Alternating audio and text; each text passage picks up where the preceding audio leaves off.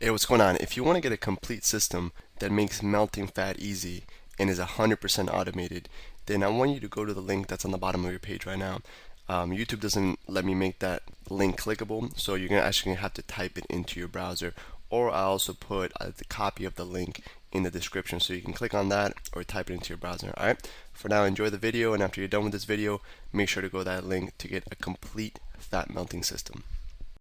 So now we're going to get into a couple more advanced techniques. These are more of our power punching, and they're going to really improve your game as far as knocking people out. And on top of that, it's another part of our workout and our striking, because we're going to work different muscles. We're going to work our core a lot, different muscles in our legs, and different muscles in our shoulders, our biceps, our triceps, everything. So let's get into it. And I have Angela here. She's going to help demonstrate. She has very little experience. Pretty much none. I'm teaching right now hooks and uppercuts. So if she can do it, you can do it, all right? So we're going to get into our hooks and uppercuts. So when we throw, the first one we're going to learn is our left hook, okay, or our lead hook. So if you're an orthodox fighter like me, where you stand with your right hand back, right foot back, your lead hook is your left hand. So that's your lead. If you're a southpaw, where you're naturally left-handed, your lead hook is your right hand. Okay, but all the same rules apply. It's just we're just going back and forth. I'm going to teach orthodox with your right hand back, because that's what most of you are going to be, which is right-handed. All right, so Anna's going to get in our stance, right foot back, back heel off the ground, hands are up by her cheekbone. Okay, and we're going to do our left hook. So when we do that left hook, we're here. All right, the first thing we want to focus on doing is using our legs, incorporating our legs. So with the legs, we're going to do this. Is what left hook looks like, by the way.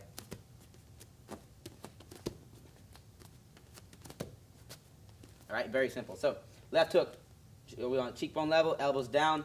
When we throw this left hook, the first thing we want to focus on doing is twisting our lead leg. All right. Now this is the one of the exceptions where that back heel is going to go to the ground. So first step we're going to do back heel to the ground. Boom. Left heel up and pivot. Okay. Pivot. Now if you see how Angela, she's not doing anything except pivoting off her left foot to pivot. Boom. Good. So she get back in her stance, right heel off the ground. And now when I say pivot, drop the right heel, pick up the left heel, and pivot. Perfect. And 1, 2, 3.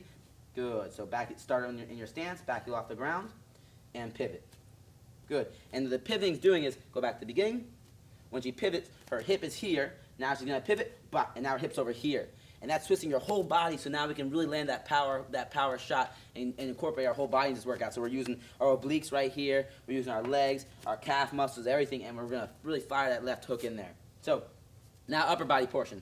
Upper body portion, when we throw this left hook, we want, again, whenever you're punching somebody, we're hitting these two big knuckles. The elbow's going to come up, hands going to go out. And with this hook, you can try a couple ways. Whatever one you're more comfortable with. You can have your hand like here, like so, or like so. Either one's fine. Okay, so you can twist it thumbs up or thumbs pointing you. They're both fine depending on which world champion coach you train with. They're all going to say different things. I've trained with Dominic Cruz's coach, who's the bantamweight world champion, and he likes the hooks thrown this way. I've trained with a couple other coaches that like them this way, and they've trained world champions as well. So it just depends on whatever you're comfortable with. All right, and I mix it up. So Anna's going to demonstrate. So first step when we're doing this is back heel comes down, front heel comes up, elbow comes up, hand comes out, and we pivot. All right, that's simple. So back heel down, front heel up, elbow up, hand out to wherever the target is. This is going to be a variable, okay? We want to keep it pretty hooked, though, hence the name hook. And right here, I'm pivoting. So in one motion, we want to put it together. It looks smoother. Bah, we're just blending them all together and make it a little less mechanical. All right, Angela, let me see you demonstrate. Let's see how quickly you pick this up. So hands are up, and pivot and hook. Boom, good. Hand comes out, pivot, punch. Wait. Elbow up, 1, 2, 3, punch. Bah, perfect, good. Face it this way. Hands up, chin level, good. Back heel's off the ground, perfect posture. And she's going to throw that hook. Bah, good. Throw that hook. And she's always looking at me. She never takes her eyes off the target, right? 1, 2, 3, and pivot. Good. Hit the hands, and pivot. Bah, good. Perfect.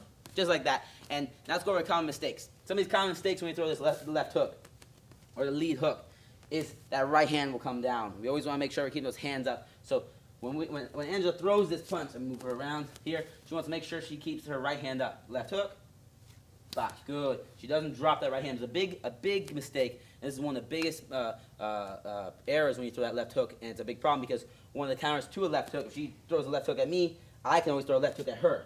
All right? And if her hand's down and my hand's up when I throw this left hook, boom, she's getting hit and I'm not. So always want to keep that left hand, the other hand up when we throw that hook. All right, very simple. Angela's going to demonstrate one more time from all the angles. She's going to get her stance, throw a left hook, bah, good. Face that way, and then left hook, boom, perfect. All right. So she just learned left hook, just pretty much the same that you're going to learn it. She has never known it before, and now she knows it now, okay? So that's a left hook. It's a really good punch. You're utilizing a bunch of your core muscles that you don't get when you do that jab cross, all right? Same concept apply with our stance. We always want to make sure that we always stay in our stance, move left, step to the left, move right, step to the right. Our chin's down, hands up, shoulders relaxed, elbows down, all right? So now let's get into our next punch.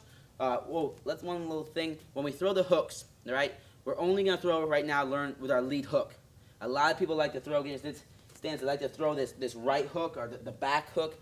And for right now, we're starting off. We're not going to learn the rear hook. It's really an unrealistic punch.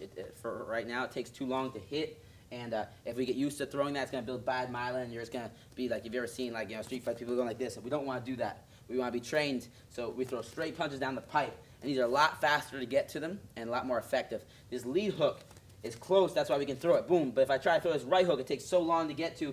If you go against anybody experienced, they're going to be able to tag you or hit you before that right hook gets there, okay? So we're only going to learn lead hook right now. Let's get into uppercuts. We're in our stance. She's getting in our stance, okay?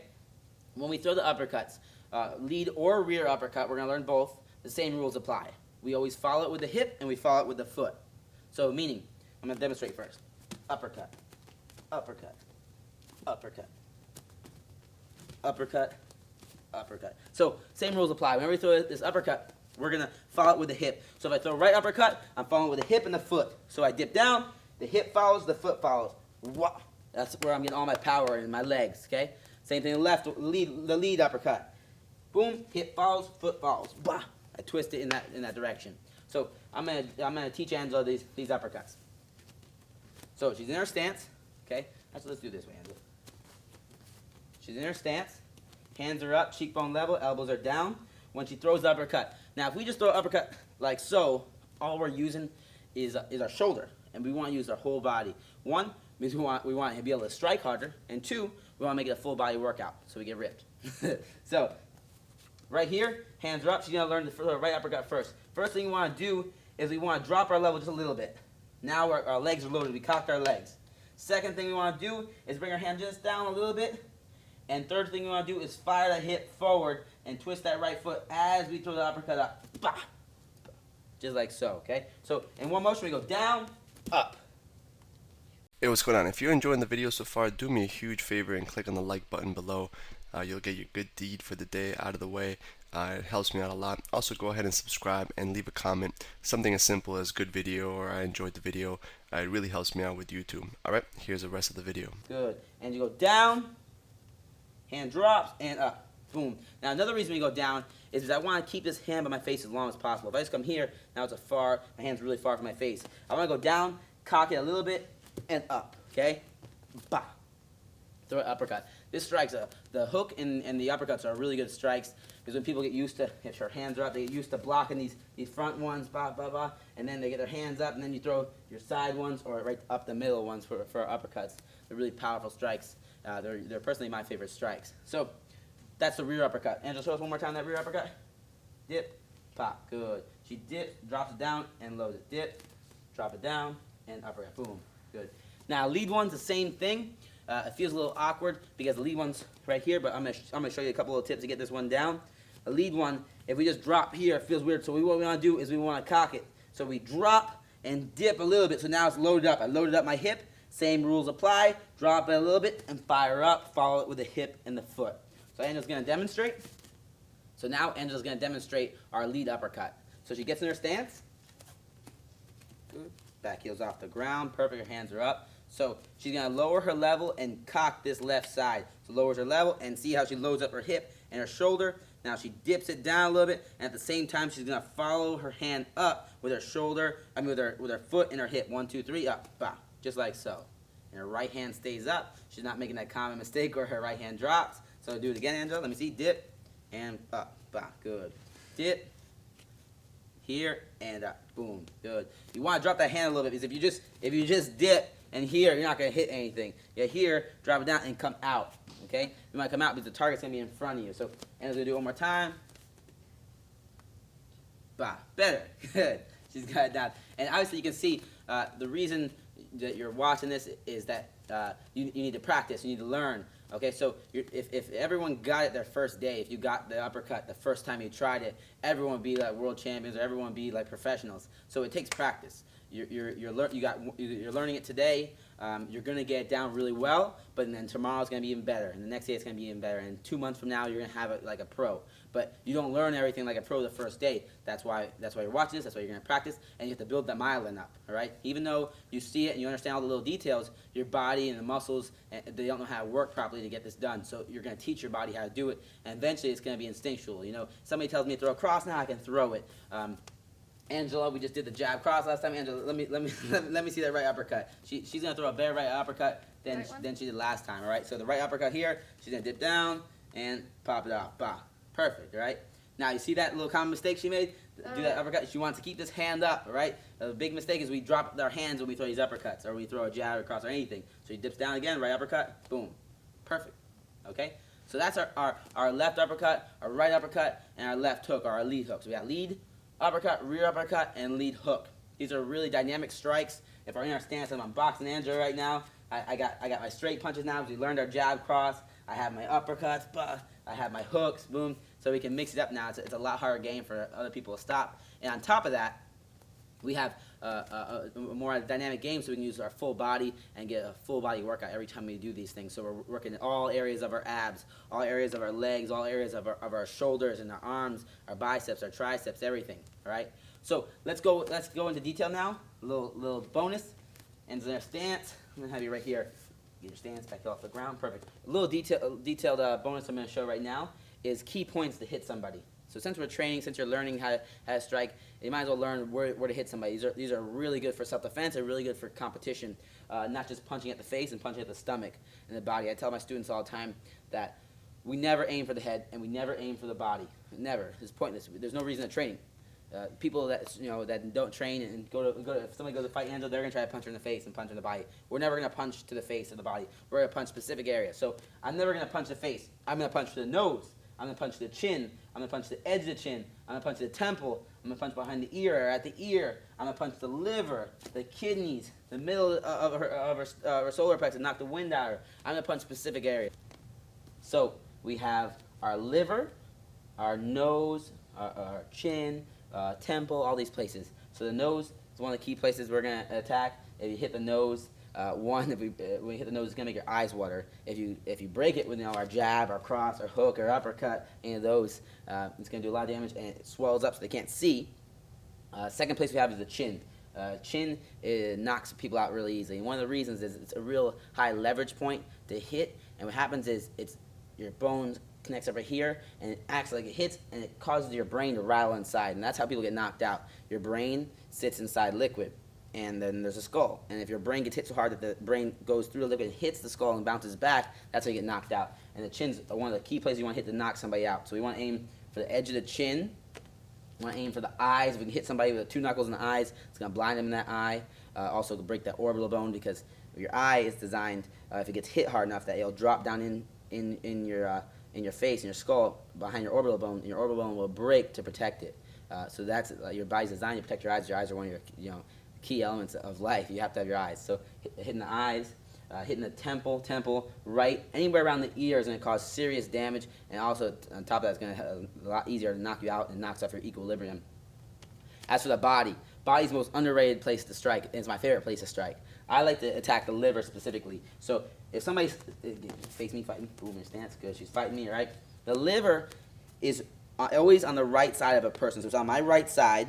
It's off to the, if I take the middle of my right side, it's right in the middle, right under the rib. So if I take the middle of Angela, the middle of her right side, right here, find her ribs right here, it's right under the rib. So if I can connect right there, boom, here in the liver, it'll shut down your body.